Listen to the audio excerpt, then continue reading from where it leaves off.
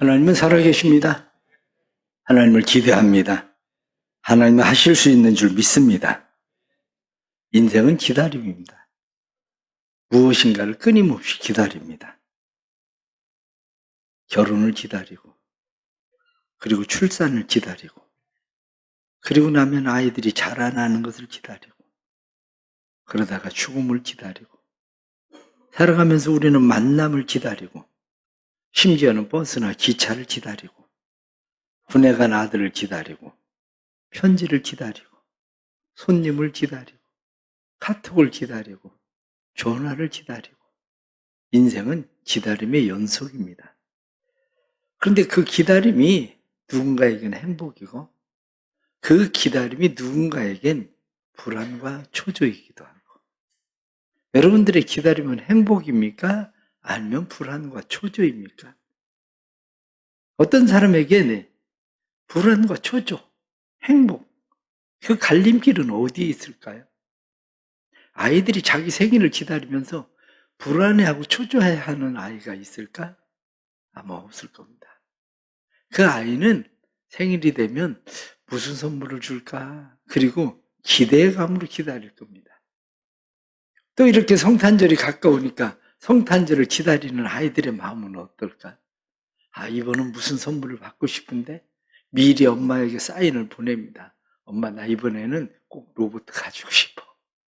사인을 보냅니다. 그 기다림의 아이들은 행복입니다. 결혼을 기다리는 사람은 어떻습니까? 결혼을 기다리는 사람은 행복합니다. 그런데 결혼을 기다리는 사람이 불안하기만 하다면 그 사람은 왜 불안할까? 그 결혼에 뭔가 불편한 그런 일이 있으니까 불안하겠죠. 수술을 잡아놓은 사람은 어떨까요? 수술을 잡아놓은 사람은 수술이 잘 될지 불안한 마음일 겁니다. 그렇습니다. 기다림이 누구에게는 행복이고 기다림이 누구에게는 불안과 초조가 될 수도 있습니다. 그런데 내가 기다리는 기다림은 행복일까? 아니면 불안과 초조일까? 기다림을 포기한 사람들이 의외로 많습니다. 기다림을 포기한 채 절망 중에 사람들은 삶을 기다림 없이 살아가기도 합니다. 그러나 오늘 성경에 나타난 말씀은 기다림이 행복인 사람도 있습니다. 시몬이라는 사람, 안나라는 사람이 있는데 이 사람들은 기다림의 사람입니다. 이 사람들은 무엇을 기다리고 있습니까? 성경에 나타난 말씀을 보니까 이 사람은 의롭고 경건한 사람이다. 뿐만 아니라 안나라고 하는 사람에 대해서 그 사람은 선지자였다. 그러면서 그가 주야로 금식하고 기도하면서 하나님께 감사하면서 그가 기다리고 있었다. 무엇을 기다립니까? 시몬이 살고 있었던 사회적인 상황을 보면 사회는 굉장히 열악한 환경입니다. 로마의 압제 속에서 사람들은 살아가고 있습니다.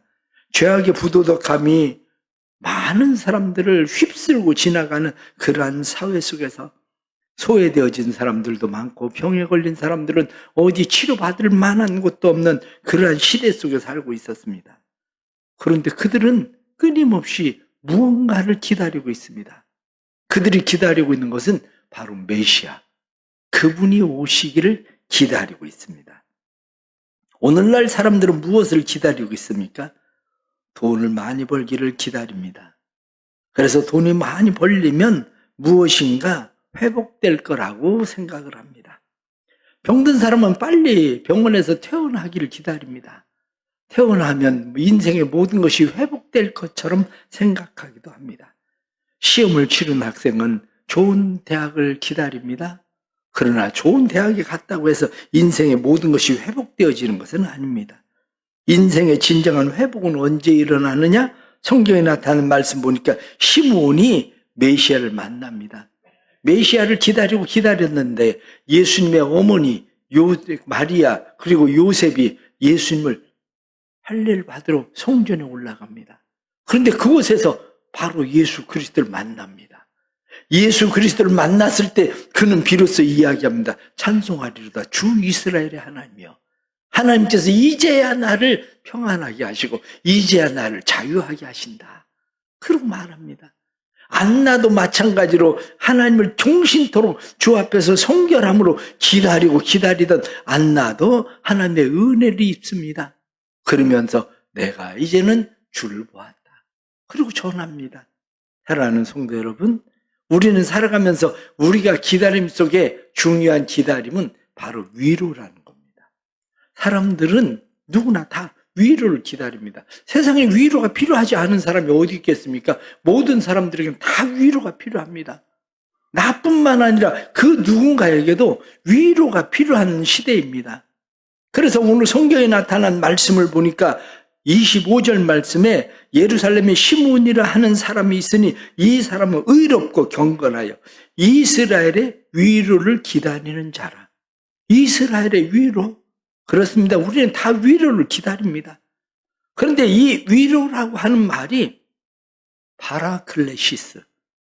파라클레시스란 말은 곁에, 가까이 이런 말입니다.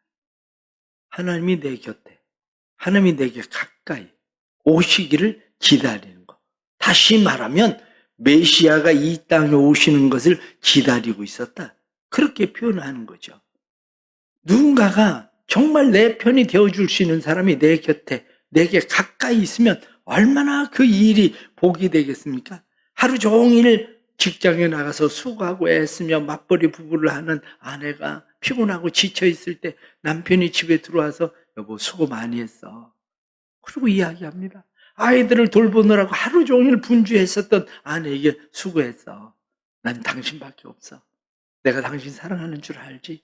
당신 때문에 내가 인생에 사는 맛이나 그래도 재미가 있어.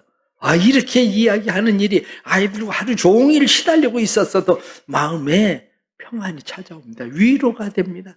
때로는 시어머니에게 욕을 먹고 시누이가 뭐지 일 저 일 참견을 하고 그래도 남편이 말 한마디 곁에 있는 거, 나를 꼭 안아주는 그 안아줌, 그게 위로가 되는 거죠. 때로는 어떤 남편은 진짜 남의 편이 되어 있습니다. 그래가지고 늘 어떻게 내 편이 안 되고 시어머니 편이 되고 늘 시누 편이 되고 심지어는 네가 잘못하니까 그렇지 꼭 남의 편이 돼. 그러면 그거 어떻게 위로를 받겠습니까? 그 사람에게. 우리가 살아가면서 위로라고 하는 것은 이사야 66장 13절 말씀 보니까 어미가 자식을 위로함 같이 내가 너희를 위로할 것인즉 너희가 예루살렘에서 위로를 받으리니.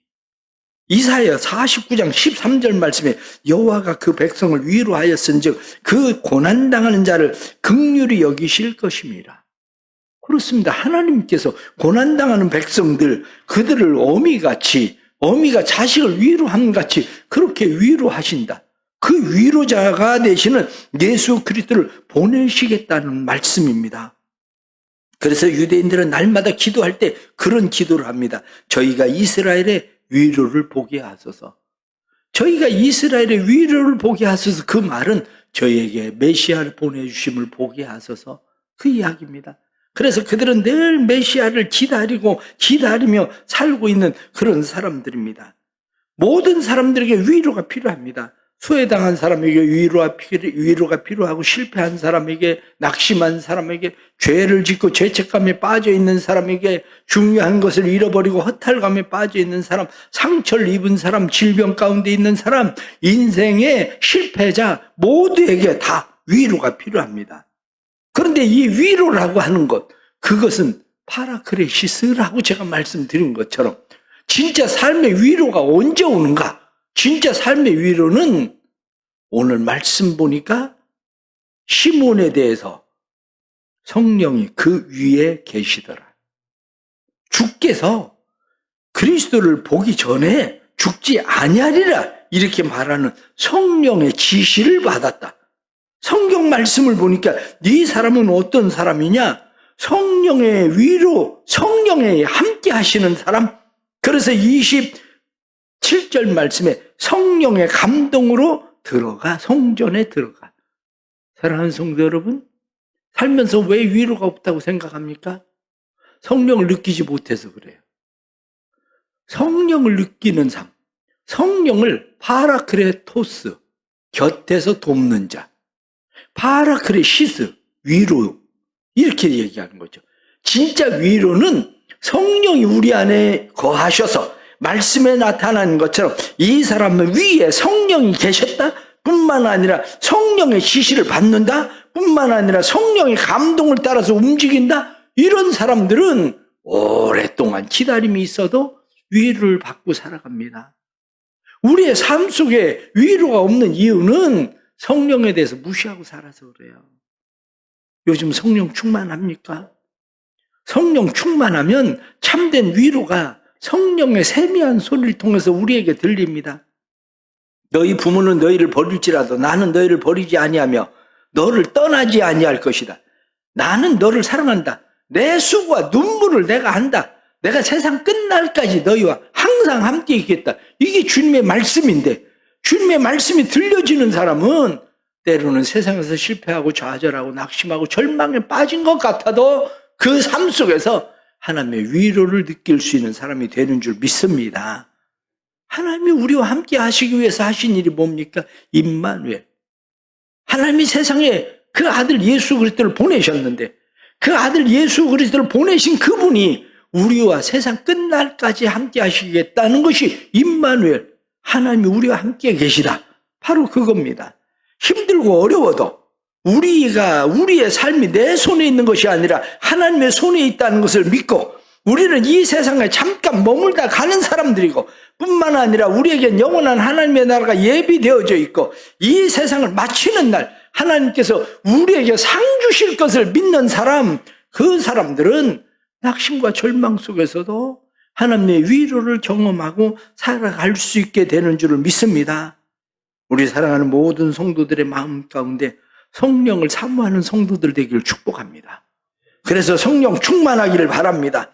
믿음으로 성령 충만하면 우리의 삶 속에 하나님의 위로를 경험하는 놀라운 역사가 일어나는데 세상에서 위로받지 못하던 사람들이 하나님 앞에서 위로를 받게 되고 정신적으로나 정치적으로 경제적으로 삶의 여러 가지 힘들고 어려운 일들 속에서 하나님이 답이십니다.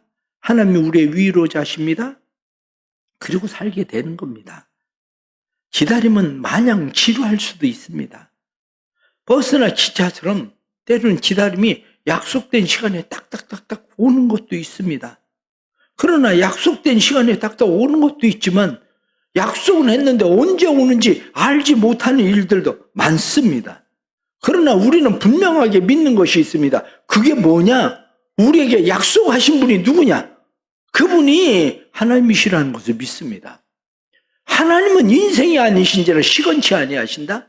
하나님은 약속하신 것을 변개치 않으신다. 이렇게 말씀하는 것처럼 하나님께서 우리에게 주시는 위로 그것을 위해서 약속하신 그 약속은 변치 않는 약속입니다. 그런데 그 약속 중에 중요한 것이 뭡니까?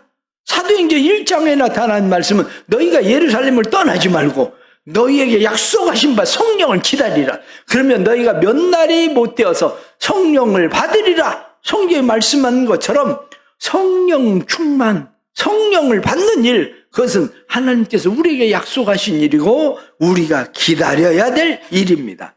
왜냐? 하나님이 약속하셨잖아요. 성령을 주시겠다고. 마음 가운데 위로를 느끼지 못하는 사람들이 있다면 이 12월 달에 해야 되는 것은 기다림의 달입니다. 기다림의 달에 기다리는 겁니다. 무엇을 기다리냐? 위로를 기다리는 겁니다. 위로는 누구를 통해서 오냐? 성령을 통해서 오는 겁니다. 성령 충만하게 해주십시오. 성령의 역사가 있게 해주십시오. 성령님 내 안에 오셔서 나를 위로하시고 내게 힘을 주시고 내게 사명을 주십시오. 그리고 말하는 겁니다. 시몬은 기도합니다. 시몬이 기도할 때에 그는 오랜 세월 동안 하나님 앞에 기도하지만 낙심할 필요가 없습니다.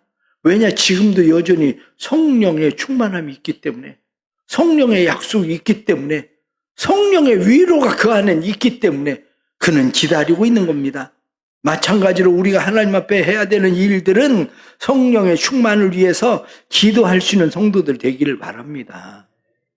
지금까지 우리가 11개월 동안 기도하지 않고 살았어도 또다시 우리가 하나님 앞에 기도하면 하나님께서 주시는 그 위로가 우리의 삶 속에 일어나는 놀라운 역사가 일어나게 되는 줄을 믿습니다. 데르도르 허출이라는 사람이 있습니다. 데르도르 허출이라는 사람은 프랑스에서 살고 있었습니다. 프랑스에 그는 기자였습니다. 자기는 유대인인데 스스로 생각했습니다. 나는 유대인이 아니라 난 유럽인이다. 나는 유럽인이다. 그렇게 생각하고 살았습니다. 그래서 유대인의 모임에도 가지 않고 그는 하나님도 믿지 않았습니다. 근데 어느 날 자기가 존경하는 유대인이었었던 프랑스의 장교가 있었는데 그 사람은 드레퓨시라고 하는 사람입니다. 드레퓨시라고 하는 사람이 반역자로 몰려서 사형을 당하게 됐습니다. 내가 존경하는 사람이 사형을 당하게 되었는데 이 사람은 원래 나는 유대인이 아니라 나는 프랑스인이다. 유대인이 아니라 나는 유럽인이다. 이렇게 생각하는 사람이었습니다. 그런데 이 사람이 사형을 당하게 되는데 사람들이 무엇라고 외치느냐면 유대인을 죽여라. 깜짝 놀랐습니다. 스스로 프랑스인이고 유럽인이라고 생각하는데 아니 왜 반역죄로 죽인다고 얘기를 하면서 유대인을 죽여라 이렇게 이야기하는가. 그때서 비로소 깨달았습니다. 아, 우린 천상 없이 유대인이다. 그래서 그때부터 그의 생각이 바뀌기 시작했습니다. 생각이 바뀌어서 허칠이라는 사람은 이스라엘이 국가를 가져야 된다. 국가를 갖지 않고는 이스라엘이 생존할 방법이 없다. 그래서 그때부터 신문에 내기 시작했습니다. 유대인의 나라를 만들자. 이스라엘을 만들자. 그리고 신문에 그것을 내기 시작했습니다. 사람들이 그것 기사를 보고 그러면서 절망에서 나온 허황된 꿈이다. 이렇게 이야기를 했습니다. 친구들조차도 정신 나간 소리 하지 마라. 이제서 우리나라가 어떻게 유대인들이 나라를 갖겠냐. 이렇게 생각을 했습니다. 그런데 허칠이라는 사람이 세상을 떠나고 44년 만에 1948년에 이스라엘이라는 나라가 세워졌어요. 그때서야 사람들은 허칠이라는 사람이 가지고 있었던 희망이, 그 꿈이 실제가 되었다. 그렇게 이야기를 합니다.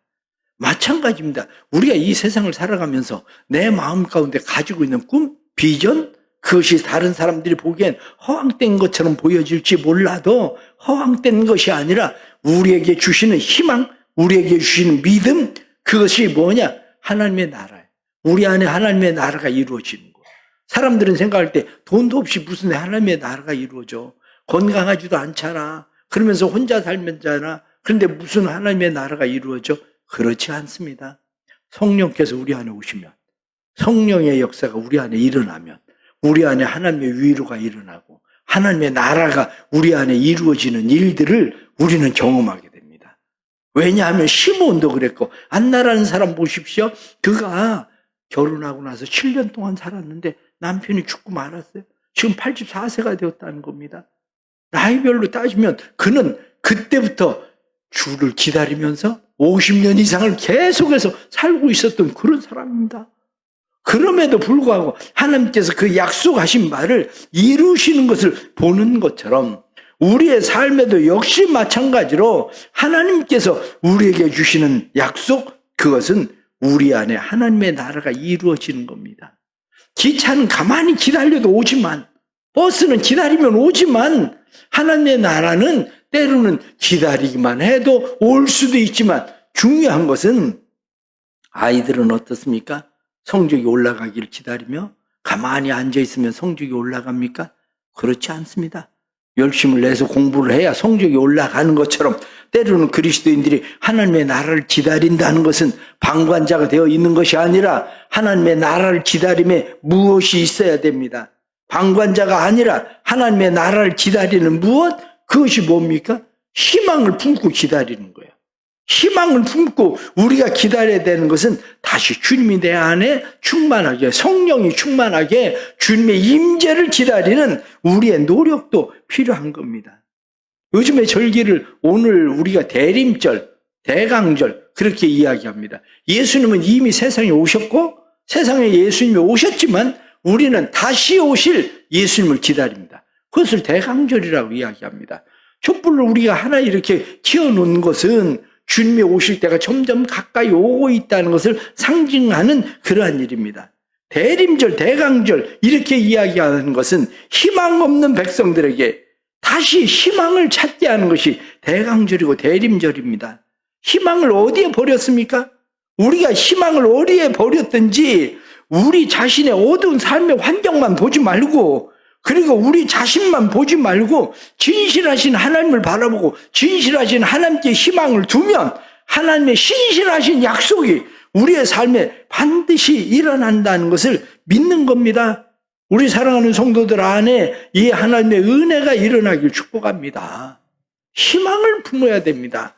이루시는 분이 하나님이시라는 것을 믿고 희망을 갖는 일입니다. 남아공의 대통령이었었던 만델라, 그가 감옥에 27년 동안이나 갇혀 있었습니다. 27년 동안 감옥에 갇혀 있을 때 하루는 딸이 찾아왔습니다. 딸이 찾아와서 자기 아버지에게 이야기하길래 아버지, 아이를 낳았습니다. 아이의 이름을 지어주세요. 그리고 이야기합니다. 그때 만델라가 자기 아이의 이름을, 딸아이의 이름을 지어주는데 호프라고 그래라. 희망이라고 이름을 지어라. 너는 희망이야. 감옥에 있는 동안 희망이 나를 떠난 적이 없었지.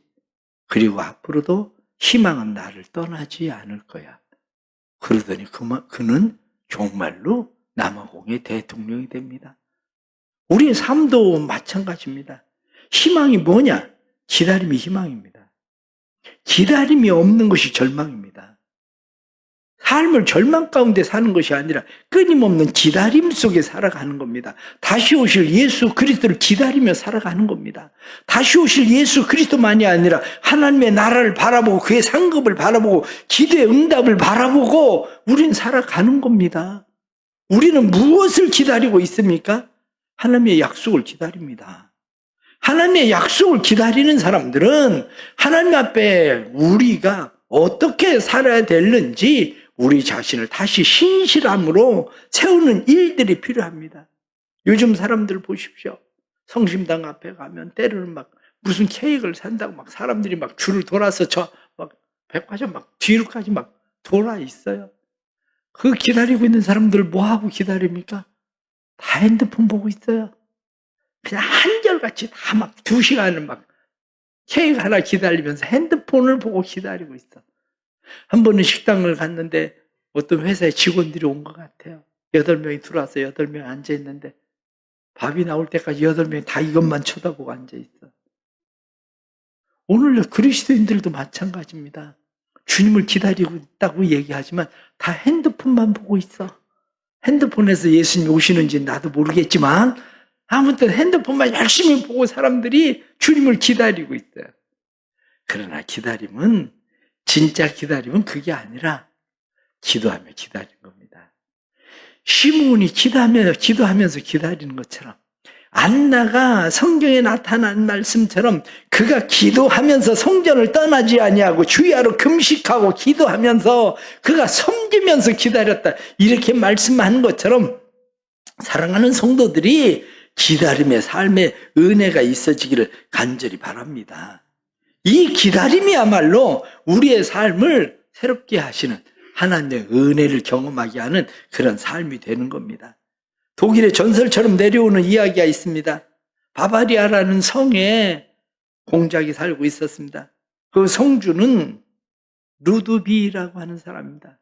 루드비가 하루는 사냥을 나갔는데 사냥을 갔다가 숲속에 조그마한 교회를 만났습니다.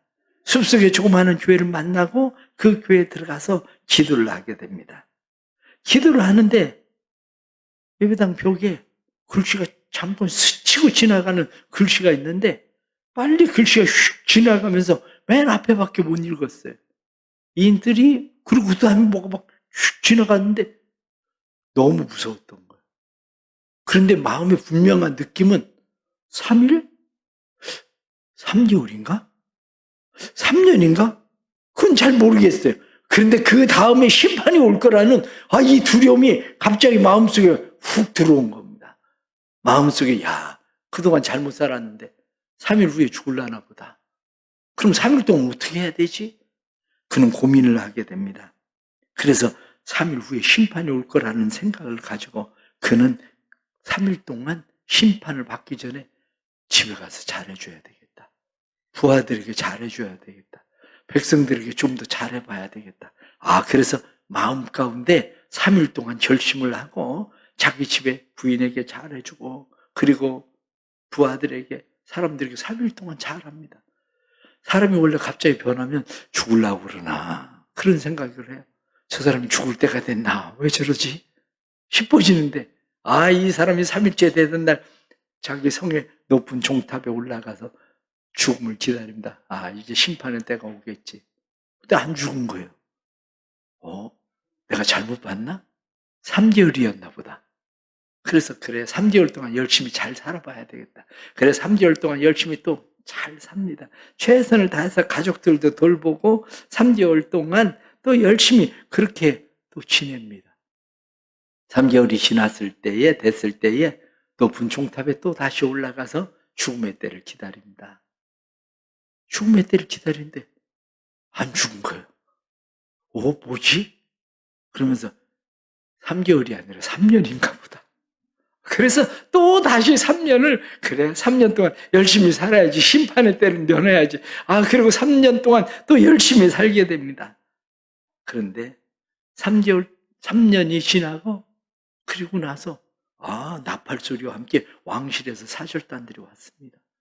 왕실에서 사절단이 왔는데 루드비 공작에게 그를 황제로 모신다는 칙령들을 가져온 거예요. 소문이 3년 동안 막 퍼졌는데 3년 동안 그렇게 선한 사람이 착한 사람이 왕이 되어야 된다. 그래가지고 이 루드비히가 독일의 황제가 된 거예요. 여러분 아무것도 않고 기다리는 게 잘하는 게 아닙니다. 핸드폰만 보고 기다리는 게 잘하는 거 아닙니다. 정말 주님을 기다리려면 기도하세요. 그동안 11개월 동안은 기도를 못했어도 그래도 마지막 한 달은 열심히 그래도 기도해봐야 되겠다. 정말 그동안 11달 동안 열심히 산다고 샀는데 마음에 위로도 없고 평안도 없고 그렇게 살았는데 기도해야 되겠다. 기도하십시오. 그러면 다른 사람이 볼 때 그렇게 힘들고 어려운 상황에서 무슨 위로가? 그래도 그 안에 하나님의 주시는 성령의 위로함이 있습니다. 성령의 위로함이 마음속에 위로가 되고 희망이 돼서 우리가 이 세상을 사는 날 동안 희망을 품고 살아가는 사람들이 될 수 있을 줄을 믿습니다. 우리 모든 성도들 기다림의 계절입니다. 이 기다림의 계절 모든 성도들이 하나님 앞에 새로운 약속을 기다리고 성령을 주시겠다고 약속하신 것을 기다리고 기도함으로 성령 받고 우리의 삶에 아무리 힘들고 어려운 환경과 상황들 속에서도 낙심하지 않고 포기하지 않고 성령 안에서 기도의 사람들로 온전히 세워지기를 축복합니다. 기도하겠습니다. 하나님 아버지 은혜 주셔서 감사합니다. 또 이렇게 12월을 시작합니다. 12월의 첫날 사랑하는 주님의 백성들이 주의 전에 나왔습니다. 위로의 하나님 만나 주옵소서. 시므온을 만나 주던 것처럼 안나를 만나 주시던 것처럼 기도하는 사람들을 만나 주옵소서. 기도하는 사람들에게 내가 너를 떠나지 않고 너와 함께 있다 말씀해 주시고 기도하는 사람들에게 다시 성령의 충만을 부어 주옵소서. 그래서 기도하는 사람들이 성령 충만함으로 세상이 어떻게 변하든지 세상이 어떻게 흉한 풍파가 일어날지라도 그 속에서 참된 평안과 안식을 누리고 하나님의 나라를 경험하는 사람들 되게 해 주옵소서. 다시 오실 주님을 기다리는 성도들 다시 오실 주님을 만나게 해주시고 주님의 사랑과 위로 안에 온전히 세워지도록 역사해 주옵소서. 위로를 고대하는 성도들 만나 주옵소서.